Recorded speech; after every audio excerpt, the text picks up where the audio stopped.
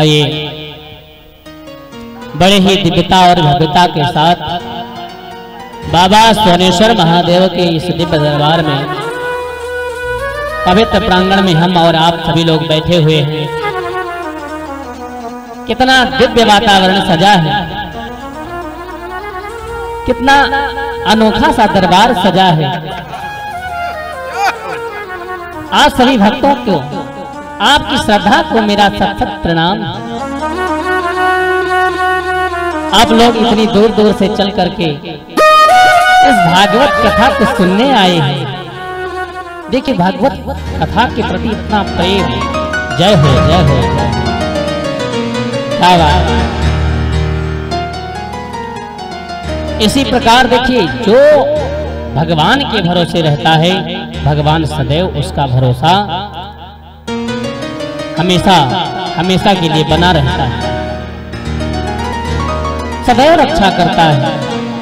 विश्वास में रहिए, क्योंकि बिना विश्वास के आप किसी लक्ष्य को प्राप्त नहीं कर सकते। भगवान से संबंध बनाइए, संबंध स्थापित कीजिए। कहते हैं ऐसे ही एक भक्त की घटना, एक भक्त की कथा याद आती है हमें। अपने पूज्य गुरुदेव भगवान के श्री मुखार बिंदु से सुना करता हूँ, रोमांच हो जाता है हृदय, गदगद हो जाता है हृदय जब ऐसी वार्ता को मैं सुनता हूँ। आज वो याद आया, आप लोगों को बताने का प्रयास करता हूँ।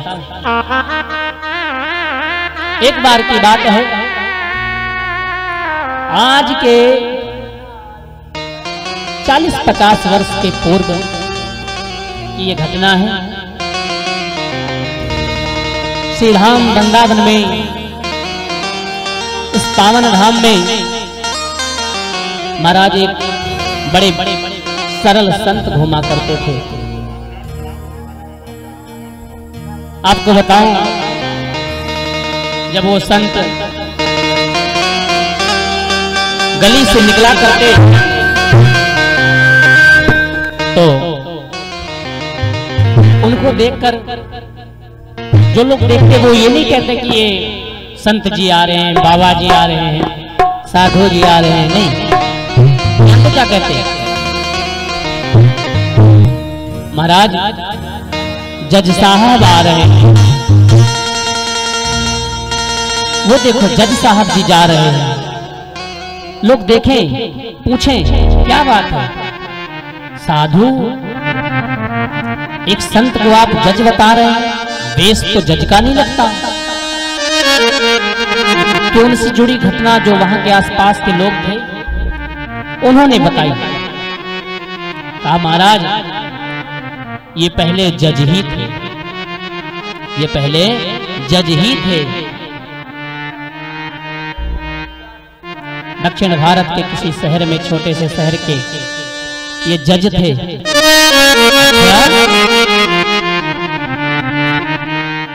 जज थे, आंखें खुली की खुली रह गई। आपको बताऊं, जब ये पता चला कि ये जज थे तो उन सज्जन ने पूछा कि ये साधु कैसे बने। तब सारा हाल, सारा वृतांत जो का तो महाराज ने सुना दिया। भैया जिस शहर के ये जज साहब है ना, उसी शहर में, उसी शहर के निकट एक छोटा सा गांव, उस गांव में एक केवट रहता था जिसका नाम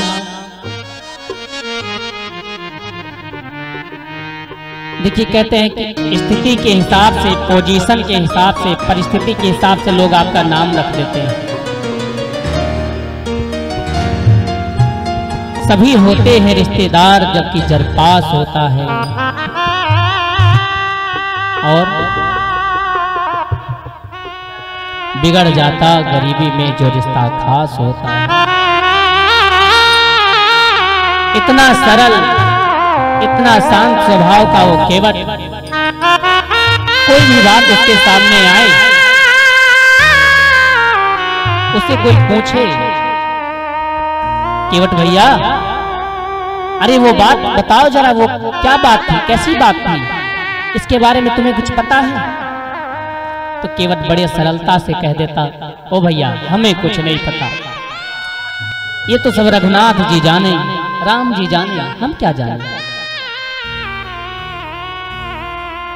इतना सरल कि लोगों ने उसका नाम ही भोला रख दिया। सब लोग भोला भोला भोला भोला कहने लगे। समय आने पर भगवत भक्ति में मस्त रहता, भगवान की सेवा किया करता। केवट के 2 बेटे, 1 बेटी। समय बीतता गया, बेटी विवाह के योग्य हो गई, सयानी हो गई। केवट को चिंता सताने लगी, इसका भी कहीं संबंध तय करना है, पर पैसे नहीं है। बेटों को बिठाया, बेटा क्या करें, बहन तुम्हारी सयानी हुई है, इसका रिश्ता कहीं देखो। बेटों ने कहा, बाबूजी, पिताजी आप ऐसा करो, गांव के सेठ जी से रुपया उधार ले लें, पैसा उधार ले लें और बहन की शादी कर देते हैं, विवाह कर दें, उसके बाद हम लोग कमाई करेंगे, कमाएंगे, पाट देंगे, पैसा दे देंगे, चुका देंगे।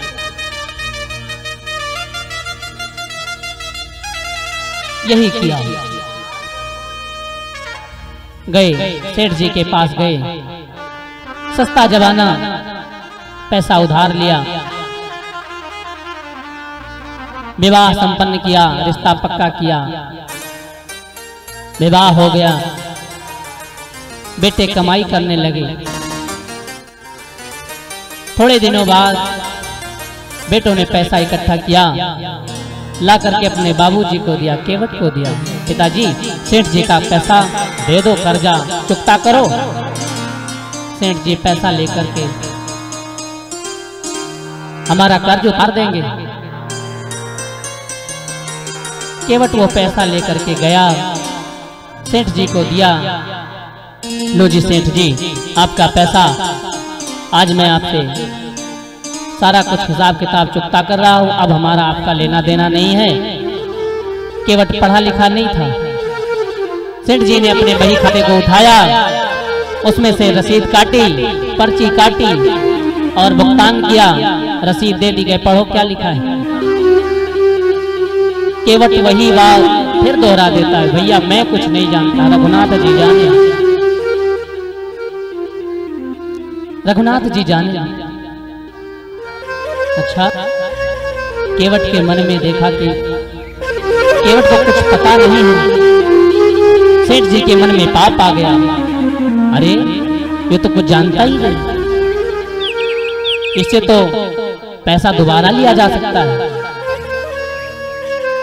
केवट से बोला, लाओ ये पर्ची मुझे दे दो और मैं अभी तुम्हें दूसरी पर्ची देता हूं। दूसरी पर्ची में ऐसे ही पकड़ा दिया, घींच घांच के लिख के कुछ दे दिया, ले जाओ। वो पर्ची रख ली।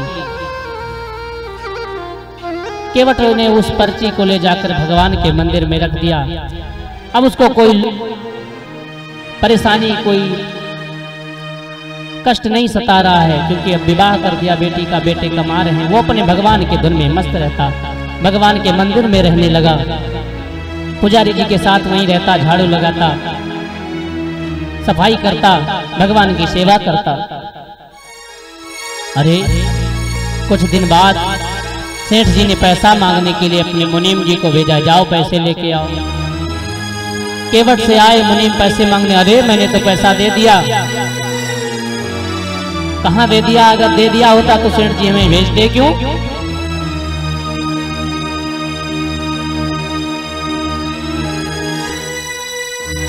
केवट रोने लगा। उसकी आंखों से आंसू निकलने लगे। महाराज मैंने पैसे चुका दिए, आज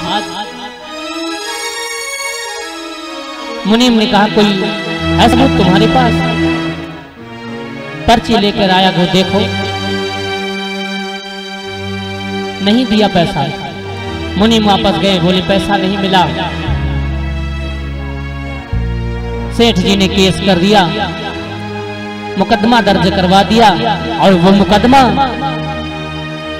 जो जज साहब श्रीधाम वृंदावन में टहल रहे थे, घूम रहे थे, उन्हीं के जो जज थे उन्हीं की अदालत में ये मुकदमा दर्ज हुआ।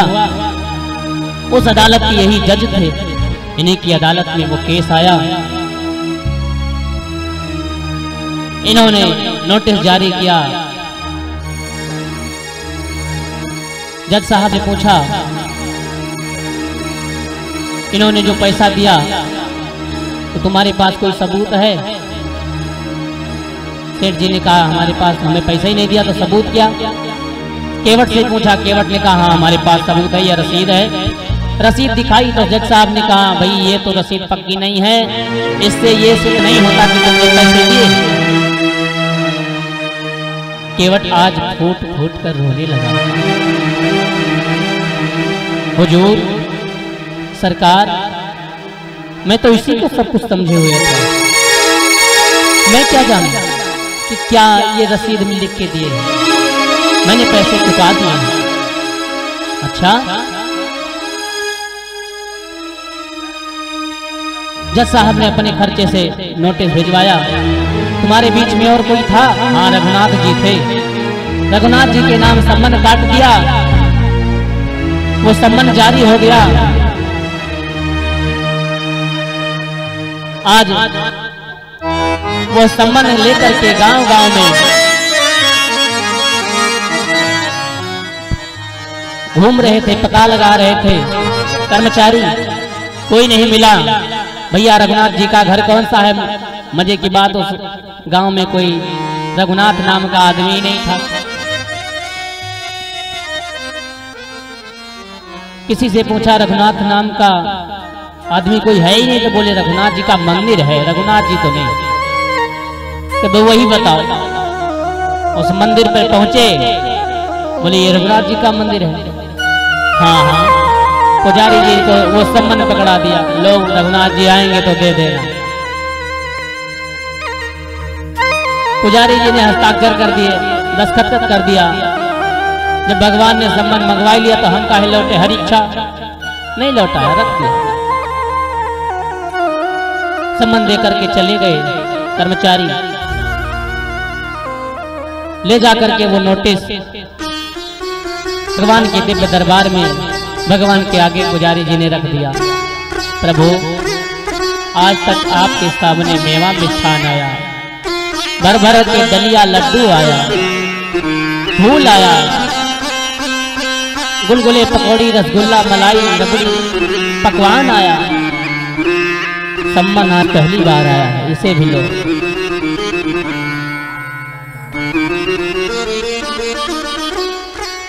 आज केवट रो रहा है। पुजारी जी ने समझाया,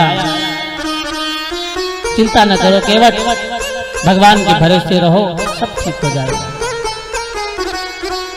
पुजारी जी कहते हैं केवट तुम अकेले नहीं हो, जब तुम कहते हो कि रघुनाथ जी हैं, रघुनाथ जी थे, रघुनाथ जी जाने, तो ये बात भी रघुनाथ जी ही जानेंगे। और क्यों परेशान हो? सिर पर सीताराम फिकर फिर क्या करना,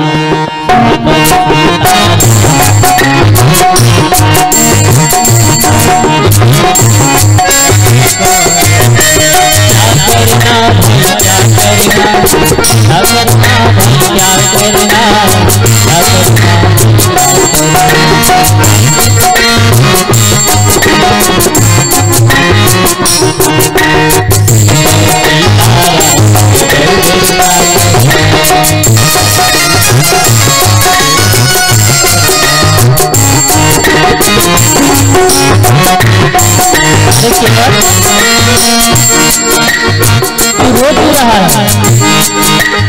पितरघुबर सिर जानकी मैया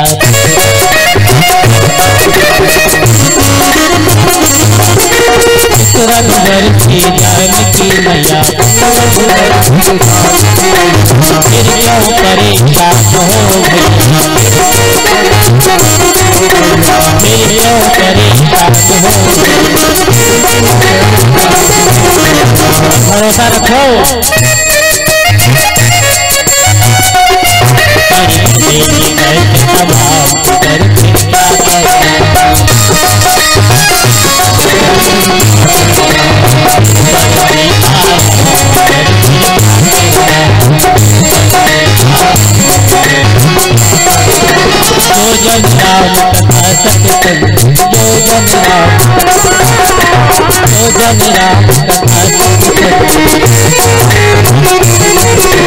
उनके सहायक श्री बजरंगी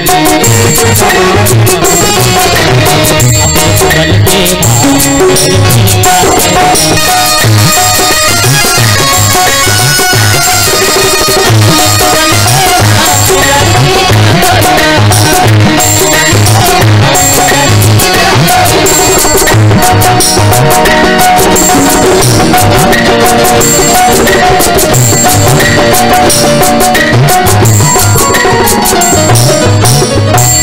आज केवट को बड़े अनेक प्रकार से पुजारी जी ने समझाया। चिंता न करो प्यारे, भगवान तुम्हारा सहायता करेंगे, तुम्हारी लाज बचाएंगे।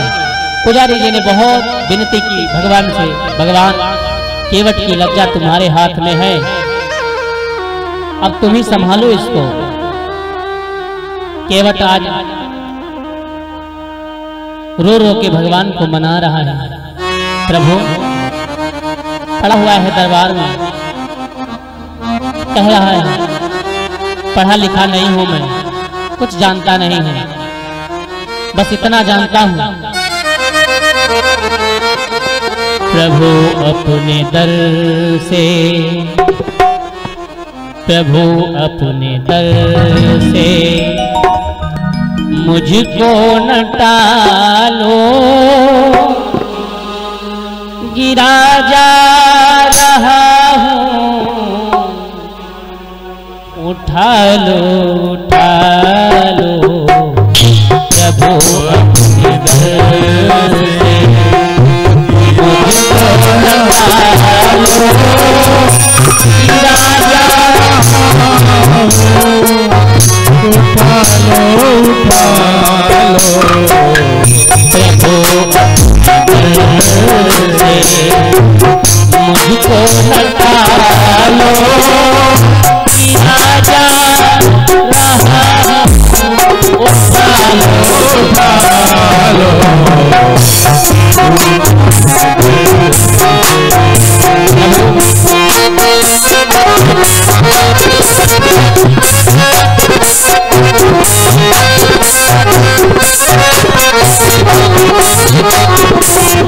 नहीं छूट पाएगा दुनिया का बंधन, नहीं छूट पाएगा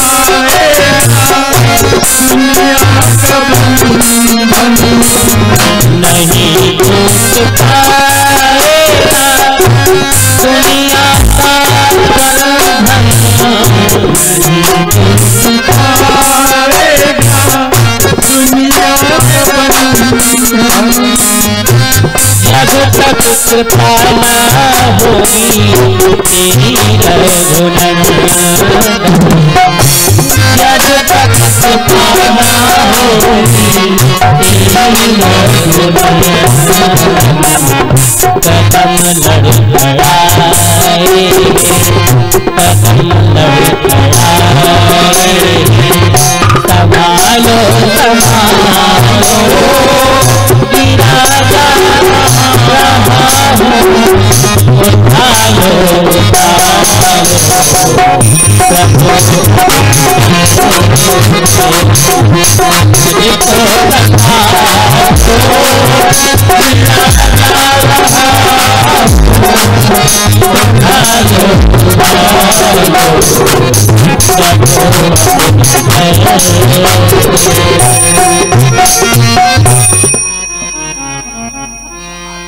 आज पुजारी जी ने बड़े सवेरे सवेरे भगवान को स्नान ध्यान कराया, पोशाक पहनाई, तैयार कराया।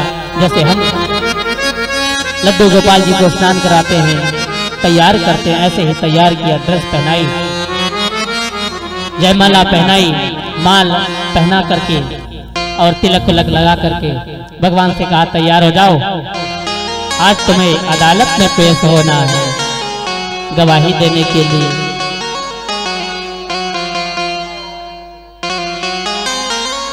और आज तुम्हें अदालत में पेश होना है। भगवान की लीला परंपार है, भक्त का भाव होना चाहिए, बस भगवान तो रीत जाते हैं।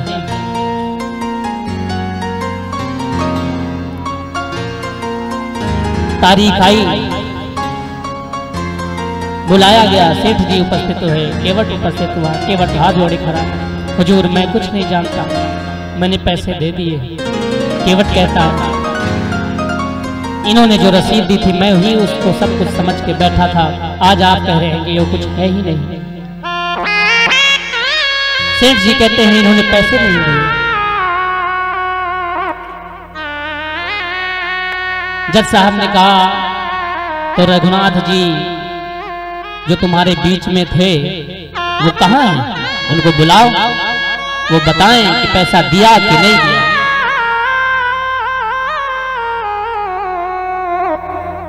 केवट कह रहा बस उनको बुलाना नहीं है, वो आ जाएंगे, यहीं कहीं होंगे, ढूंढिए, यहीं बैठे होंगे। लगाने लगा आवाज, कहाँ हो प्रभु? रघुनाथ जी आओ, बताओ इनको।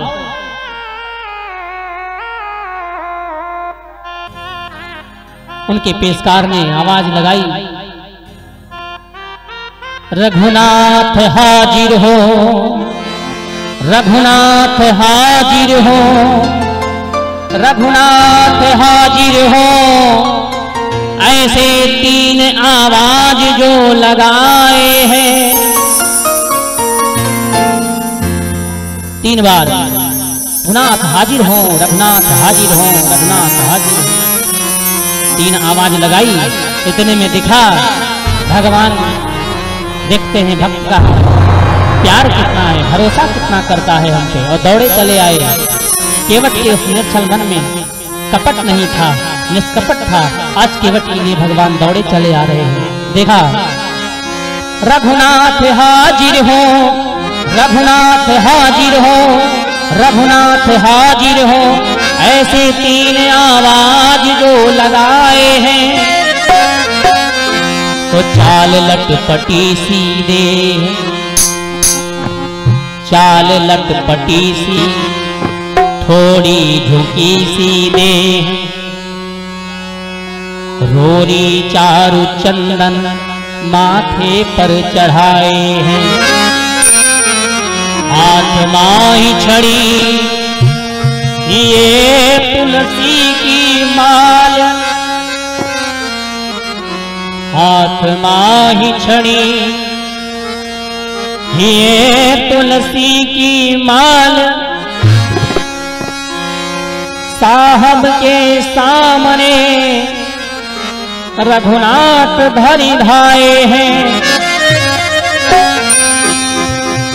और साहब के सामने विनीत चपरासी संग। आज रघुनाथ जी गवाह बन आए हैं, आज रघुनाथ जी गवाह बन आए हैं, आज रघुनाथ जी गवाह बन आए हैं। ये होता है भक्त का भरोसा। भगवान आए, बताया सेठ जी झूठ बोल रहे हैं, इनके अलमारी में जो डायरी है उस डायरी में इन्होंने भुगतान की पर्ची तो बनाई लेकिन केवट को नहीं दिया। इनके डायरी में वो पर्ची है और वो डायरी इनके बाएं कमरे में, बाएं बगल के जो कमरा है इनका बाएं साइड का, बाएं साइड का, उस कमरे में वो अलमारी में उस डायरी को मंगवाइए, उसमें देखिए। जज साहब ने वैसा ही किया, डायरी मंगवाई गई, सारा पोल पट्टी रहस्य खुल गया। सेठ जी दंडित हुए, उनको सजा मिली। केवट बाईचट बरी हुआ। केवट हाथ जोड़कर रघुनाथ जी को प्रणाम करने लगा। आज आप गए, मेरी लज्जा बचा दी भगवान। थोड़ी दूर जाकर के भगवान अदृश्य हो गए। दोपहर के समय खाना खाने के समय जज साहब ने केवट को अपने कमरे में बुलाया। केवट, ये कौन थे तुम्हारे? ये कोई रिश्तेदार थे? नहीं साहब। तो ये तुम्हारे गांव में रहते हैं? नहीं नहीं। तो कहाँ रहते हैं? ये मंदिर में है। वो जो मंदिर बना है इन्हीं का है? हाँ हाँ। तो इन्होंने मंदिर बनवाया? नहीं, अरे ये मंदिर के अंदर बैठे हैं, वो है, अरे भगवान है। जज साहब के पैरों से धरती खिसक गई है। जज साहब बहुत ग्लानि में आ गए, प्रेमाश्रु बहने लगे, नेत्र से झरझर झरझर आंसू निकलने लगे, अपने आप को कोसने लगे। अरे मूर्ख, अभागा, तू आज भगवान को नहीं पहचान सका। इतनी पढ़ाई करने के बाद भी आज तू अनपढ़ा रह गया। ये केवट बिना पढ़ा लिखा इतने बड़े वेद के सार को पकड़ लिया। बड़े से बड़े ज्ञानी जिनका ध्यान करते हैं, आज वो इस अनपढ़े केवट के चक्कर में पड़ गया, फंस गया। लेकिन तू नहीं जान पाया उस रहस्य को। केवट कहता है, अपने को कोसता है, पढ़ वेद शास्त्र सब जान गए, पर वास्तव में कुछ जाना नहीं। पढ़ वेद शास्त्र सब जान गए,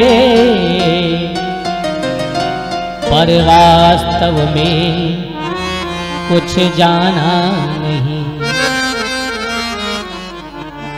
भव सागर में रहते हुए भी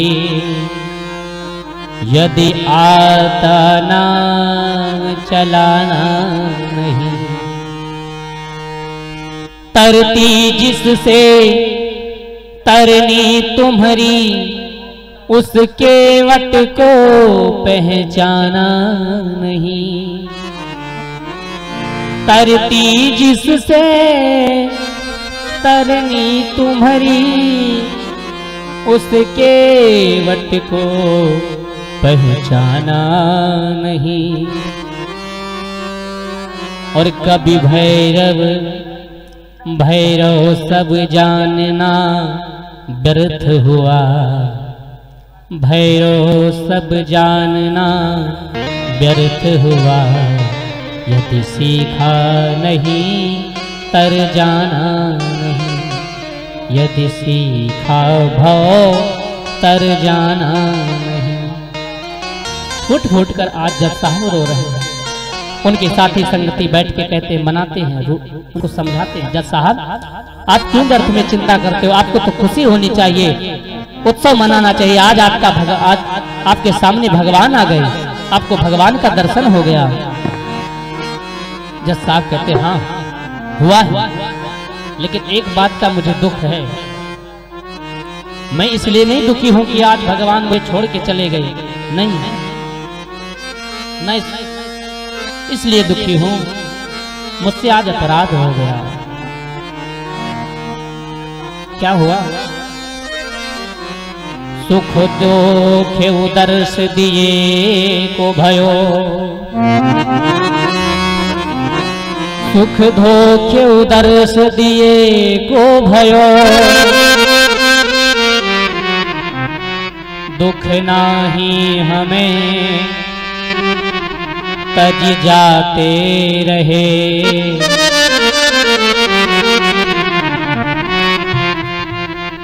और सुख सारद शेष महेश गणेश, सुरेश के ध्यान न आते रहे। आज वही सुख सारद शेष महेश दिनेश, सुरेश के ध्यान न आते रहे।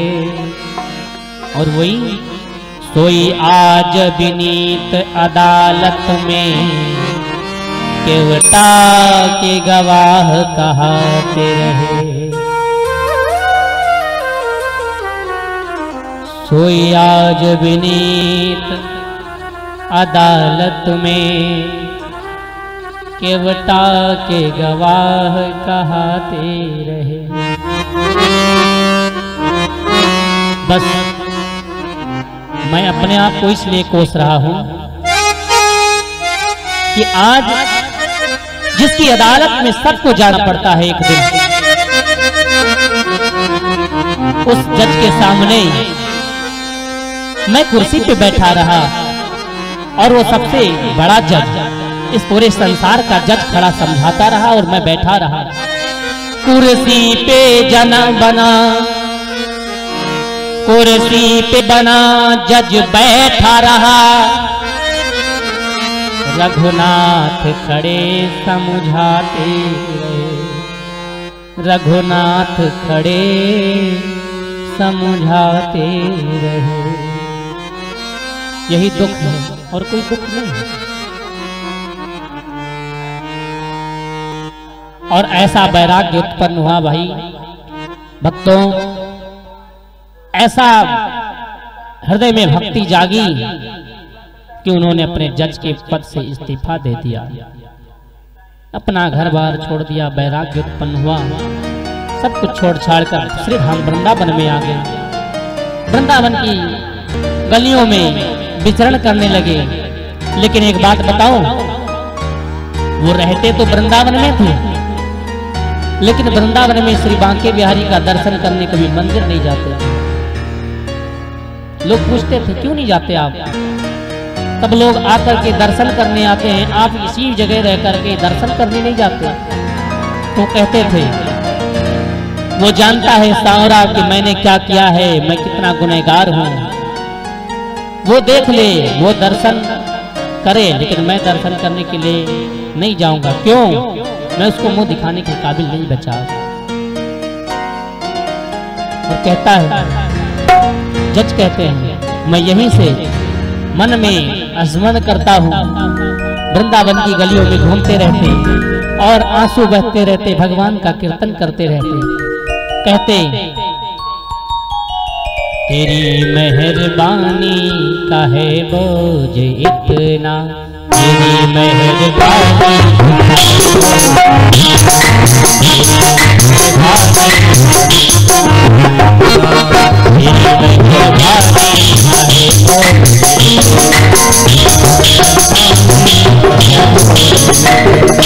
जिसे मैं उठाने के काबिल नहीं हूँ, जिसे मैं उठाने के काबिल नहीं हूँ,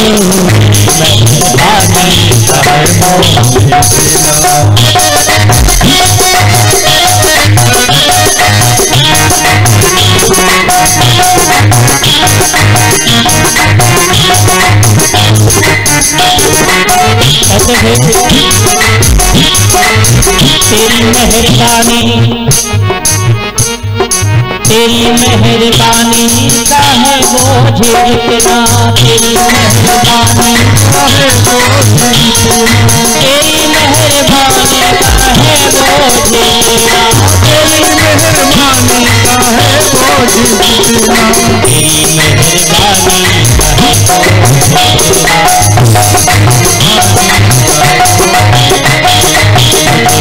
दिखाने के काबिल नहीं,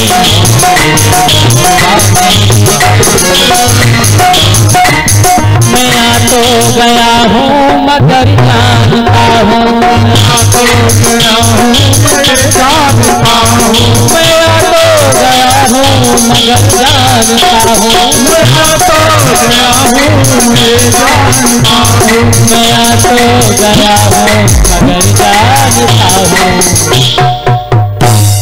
तुझे मुँह दिखाने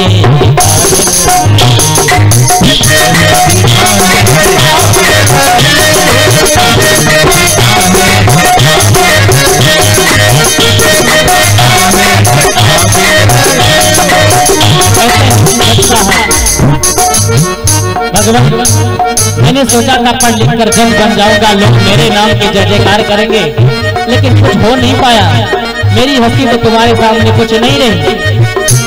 तुम्हारी जय जयकार जब देखी तो मैं अपनी जय जयकार भूल गया, आ गया तेरी शरण में। अभी तक मैं दुनिया में फंसा था, जमाने की चाहत में तुझको भुलाया, जमाने की चाहत में मुझको जमाने की चाहत ने तुझको भुलाया, जमाने की चाहत में मुझको बुलाया, जमाने की चाहत ने तुझको भुलाया, जमाने की चाहत में तुझको बुलाया। तेरा नाम मेरी जुबान पे आया, तेरा नाम मेरी जुबान पे आया, तेरा नाम मेरी जुबान पे आया, तेरा नाम मेरी जुबान पे आया। मैं आया तो हूँ गुनहगार हूँ, मैं अतहवार हूँ,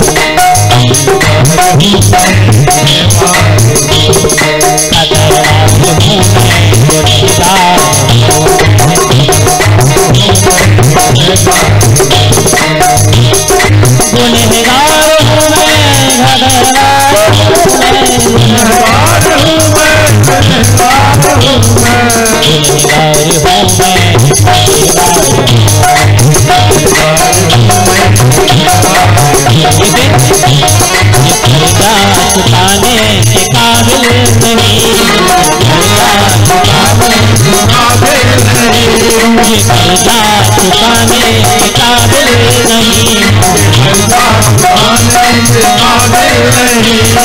तेरी